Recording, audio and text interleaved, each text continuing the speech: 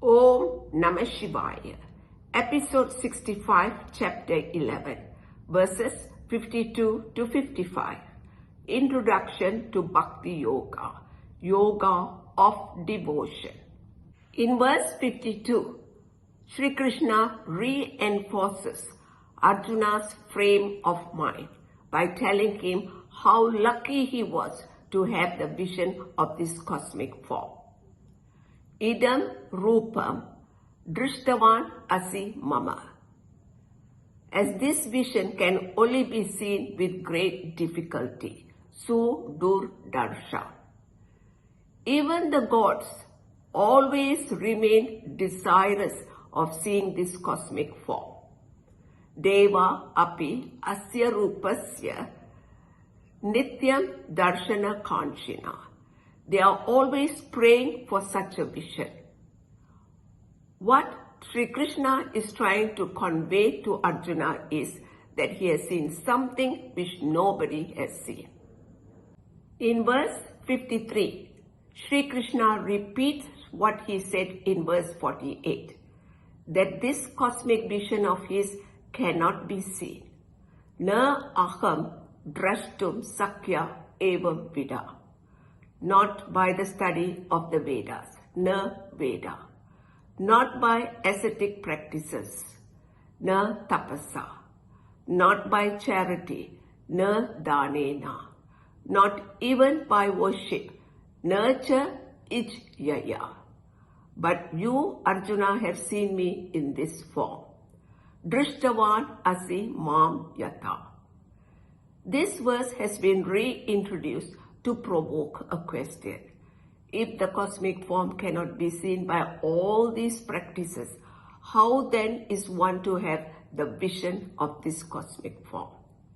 In this case, it is an introduction to chapter 12, Bhakti Yoga, the Yoga of Devotion. In verse 54, Sri Krishna says, which is purely in keeping with our Shastra. First, that we must know what our righteous duties are. According to our birth, we can be born either as a Brahmana, Kshatriya, Vaishya or Sudra. And our duties can be in conflict with our binding desires, our likes and dislikes. But more often than not, righteousness is pitted against our desires. This refers to the war between the gods and the asuras that are fought at our mind level all the time. To end this inner conflict, devotion, Ananya Bhaktya, is the means. Devotion to righteousness, the law of dharma that is governing the universe. As we analyze and contemplate and abide to this law, it purifies our mind to see ourselves in oneness with Ishvara, thereby being unaffected by the continuous creation, sustenance and dissolution that is taking place at the Prakriti level. Second, we must know that we are Satchit Ananda Atma, not subject to birth and death. This is the knowledge of Brahman, Tattva Jnana. And when this knowledge becomes direct knowledge, we see ourselves in oneness with Ishvara. Then Ishvara can be known and seen. Aham Jnatum Drastum cha Sakya. Third, once it is direct knowledge, means we have entered into and become one with Ishvara. Tattvena Pravestum. As this knowledge releases us from seeing ourselves separate from Ishvara. And this is moksha.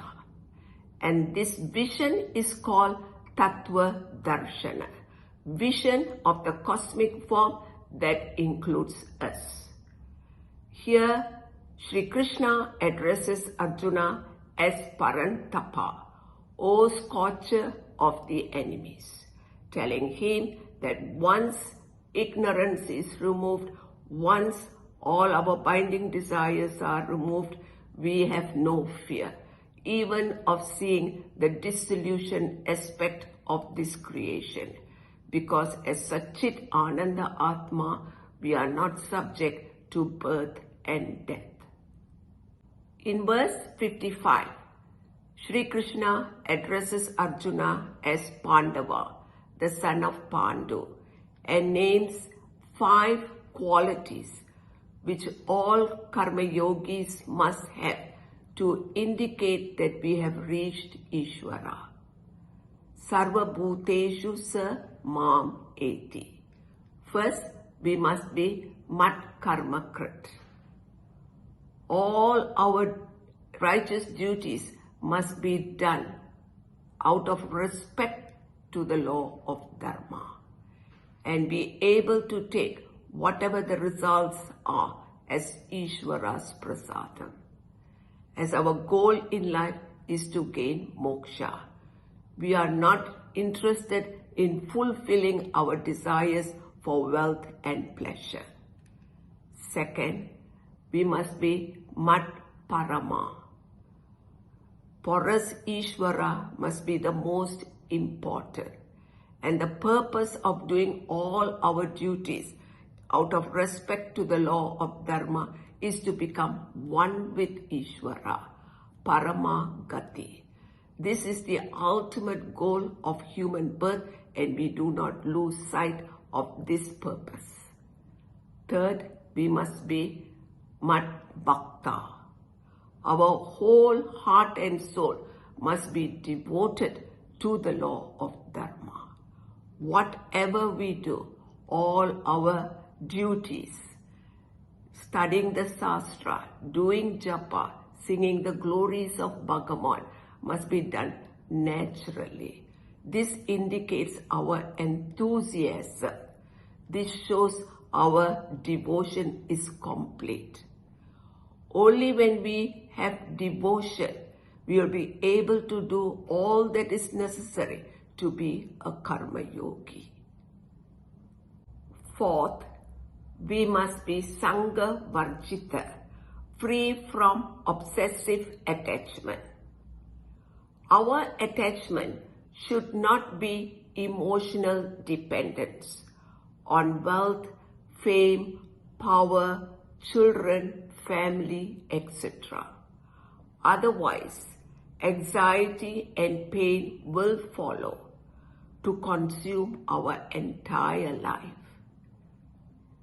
Excessive emotional involvement is a universal problem, and understanding this, we can enjoy relationship without obsessive attachment.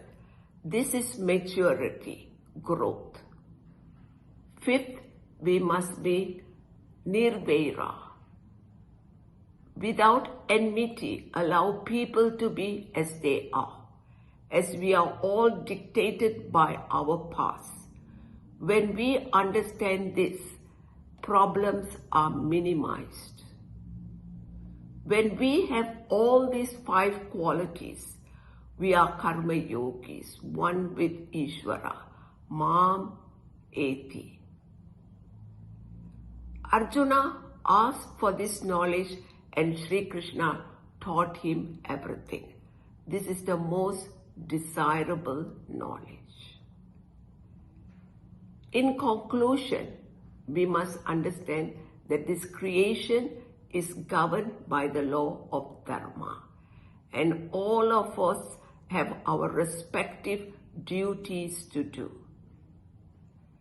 And as we do all our duties in respect to this law, it purifies our mind.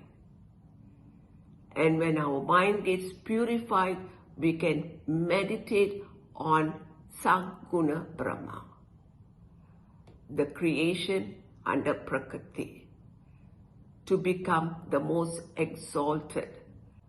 And as we contemplate on Nirguna Brahma, we discover that we are Sarva Karma Sannyasa.